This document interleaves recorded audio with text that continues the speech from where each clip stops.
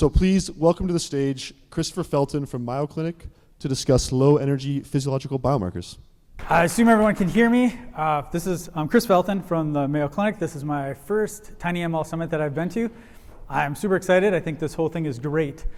Quick note, I will probably talk too fast, too slow, too quiet, or too loud.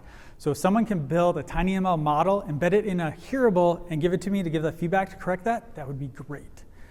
I'm going to talk about a whole breadth of information here. The biggest thing is kind of some of the data sets that we've been building at the Mayo Clinic, some of the models that we've been building from these data sets, and then our efforts to create the tinyML portions of it. I have no conflicts of interest. Let's move on from that. I'm here kind of representing a large, diverse team. First, we have the lab that I belong to. These are all research and development labs. The lab that I have a team in, we're a group of engineers, and we work on developing a wearable platform that we use to collect data and do research and development with.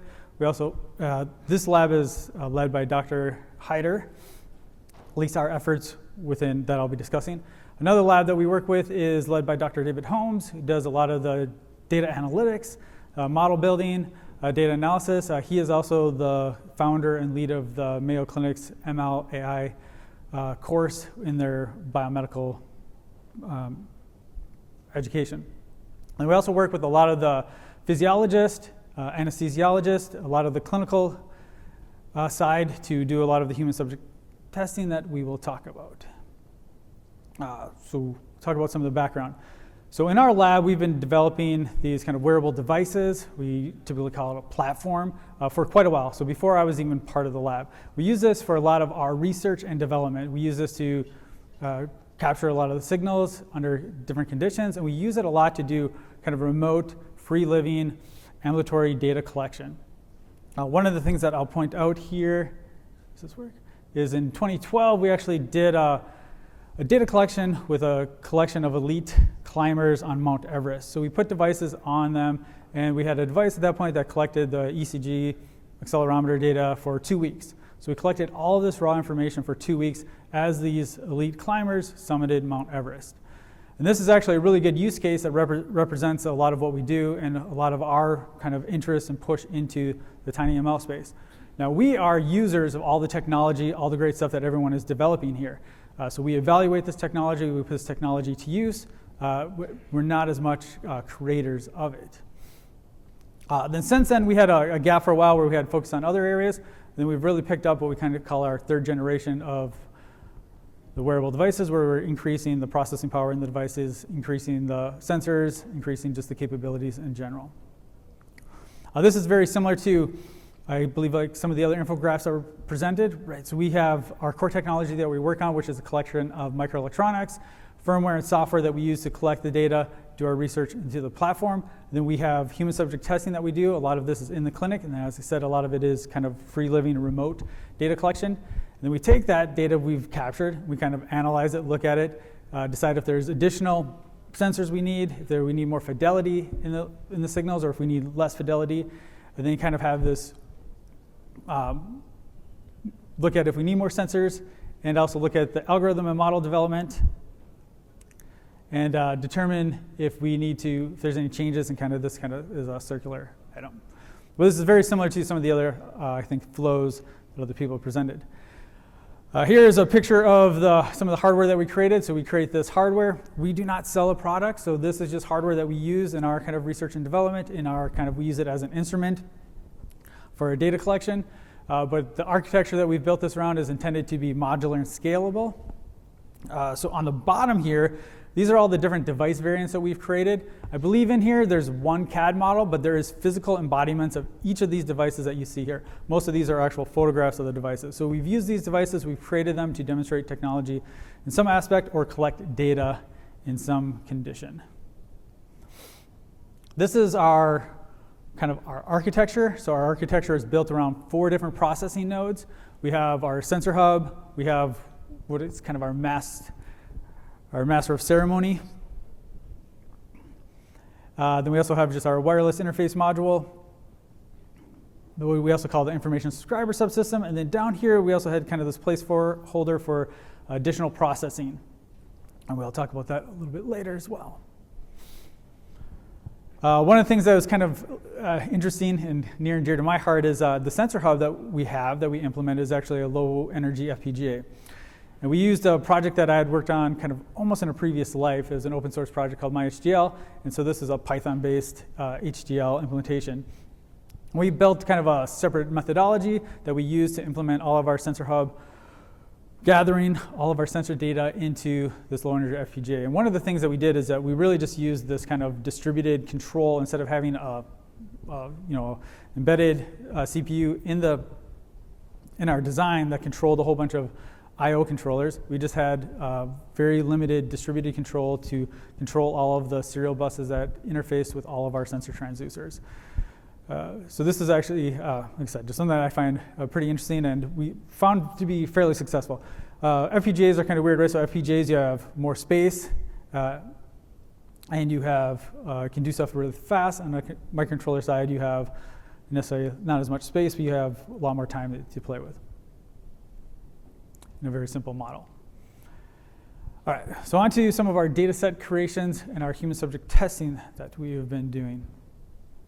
So within the clinic, we do a set of human subject studies to create a bunch of data sets. So in this particular case, what I have here is we're studying hypovolemia, or kind of internal bleeding, blood loss. And so one of the things we do is a physiologist at the Army had a model that they came up with that the body actually compensates when you have an injury. And a lot of people have probably experienced this in different TV presentations of someone crashing. Their heart rate will be going beep, beep, beep, beep, and then all of a sudden it'll just flatline crash, right?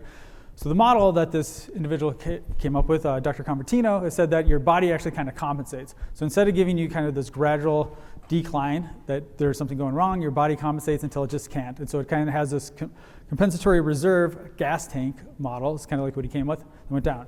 So we did this human subject testing. They actually did some of it, and we did at the Mayo Clinic, did additional this human subject test to kind of model this. And what we do is we have a setup that's called a lower body negative pressure. So you actually put like a large vacuum on your lower extremity and kind of suck all the blood from your upper extremity to kind of simulate this blood loss. And in this case, what we do is then we have all of our clinical instrumentation that is collecting all the physiological signals, but we also put on there a set of kind of more wearable type data. So we put one of our platforms on there to collect wearable-like information, and so we were collecting the electrocardiogram, the ECG, the photoplasmography, the PPG. In our case, we were collecting kind of transmissive and same side. So we'd collect the device photoplasmography signals on the device and also kind of with one of the finger claps. This person, we only had so many fingers, so we could only put so much instrumentation on there. So this was the data set that we ended up creating. So with all the data sets, there is a reference. So in this case, the lower body negative pressure, the more and more that we pulled out was kind of the reference here. And then here you can kind of see how this happens, right? So this is, I believe, this is the heart rate, I believe, from or it is actually the pressure from one of the clinical instrument stations. We see how this kind of remains pretty constant throughout, and then just at the end, they kind of crash here. So this is one of the data sets we were building to model. Another human subject test that we did was hypoxic hypoxia. So we had come up with a design study to emulate being at different altitudes. And one of the things that was super interesting about this and unique to the Mayo Clinic is that the Mayo Clinic had a real-time MR scanner that we could scan all the brainwave activity while we were doing this. So the people that were under these conditions were simulating high altitude conditions, and they were also given cognitive tests. And so now we have this reference with the brain scans and collecting all the physiological data as well. And in these cases, we also put some of the wearable devices that just record all the ECG and go on. The last data set creation that I'll talk about is we worked with some of the biomechanists at the Mayo Clinic, and they were studying ACL injuries. And so we took one of the platforms we had a knee sleeve, and we put a whole bunch of accelerometers in there. So we had 12 or more accelerometers that we used to collect data under this particular protocol. And then we also had the motion capture system that we used to collect kind of be the reference data. So we have these different data sets that we're creating to collect all in creating all these data sets with all these references. So onto the model. So kind of related to each of those, one of our first entries into kind of trying to get these on devices, if we take our hypovolemia, or what we call the compensatory reserve mechanism, the CRM, one of the first things that we did to try to put this on a device was just kind of our traditional pass, right? So we just took a SVM, a ridge classifier. These are really small, but we had a very limited model. We had a model that would classify it into 3 classes: good, medium, or bad, and that's all we did. Then we had, kind of in tandem, we had some additional people that were building more extensive models for the CRM mechanism. And so in these cases, they built these larger deep learning networks with multiple convolutional layers. And so in these cases, these had millions of parameters. So these large models, which really, this is what got us thinking about tinyML and how we'd want to put these on our devices to pull out these different information, right? So if we have this model that says we can actually give you real-time feedback that you're having blood loss or some other kind of condition, and then instead of waiting until the end. And so these are very useful within the clinic, and also in some of these scenarios where I said you have like extreme athletes that are out somewhere far away that there's no way to get to the internet and provide some information back. Same thing with the knee sleeve stuff. So the model started getting bigger and bigger with millions of parameters. So this leads us into how, at least my group, what we're thinking about how to build off of our architecture that we have and start to think about how we want to start taking these larger models and get them into our flow. So we took our architecture, and our architecture was really based, it was kind of almost like a star network. We have our sensor hub that takes all of our data and pushes it off, and so in this kind of star network, we're able to move all the sample packets around. And so we have what we called our machine inference module now. So we started to look at what kind of microcontrollers that we could put in there. So we ended up, as I show here, kind of selecting the Greenwaves GAP9 processor. This fit really nice into our architecture. Some of the reasons we chose this was that it was really small size. The GAP9 comes in a wafer level chip scale package, and I'll show a photograph a little bit here, how that kind of just fits into the small development of these wearable devices that we wear. The RISCV, that was just the RISC-V, that was just interesting. But the biggest thing was it had the multiple CPUs, especially when we were looking at this originally. This was a couple years ago. This was one of the very few that had more than like 2 cores in it. So this actually had their predecessor, the GAP8, and now the GAP9 has 9 different processors to use to run these models. And so that really gives you this kind of scalability to scale up with running additional models on here. Then it also has this neural engine accelerator that is really good. From all the information we could see, it is very low energy. The joule per inference that you can get with the ML accelerators is exactly what we needed for our application. Then also the toolflow. The toolflow that they have kind of fit into what we are familiar with. And it just felt really natural. So we're currently using the NN tool. That's part of the Greenwaves toolflow to feed our models in, evaluate the models, do all the quantization, and do some of the reduction. So here's an example of our hardware. And so in our hardware, we have added the GAP9 processor, which is right there. And again, this worked out really nice because it was low power. So this particular PCB that's shown here is roughly credit card size, or your room key size. And so this shows where we have the GAP9 kind of fit in nice, and we also have just a normal kind of general purpose microcontroller that we use, and then we also have the low energy FPGA in there as well. This is one of the Lattice ICE ultra low power devices. And so our kind of conceptual pipeline here is, I think like other people have already discussed and pointed out, that we have different groups and different people creating the models, so we really want to be kind of the framework agnostic.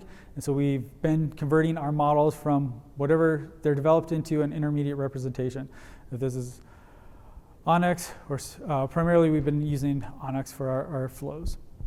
And then we run those through the tool flows. And again, we are more users of these, so we are using the tools that are available to us to reduce these models down, and then primarily quantize those.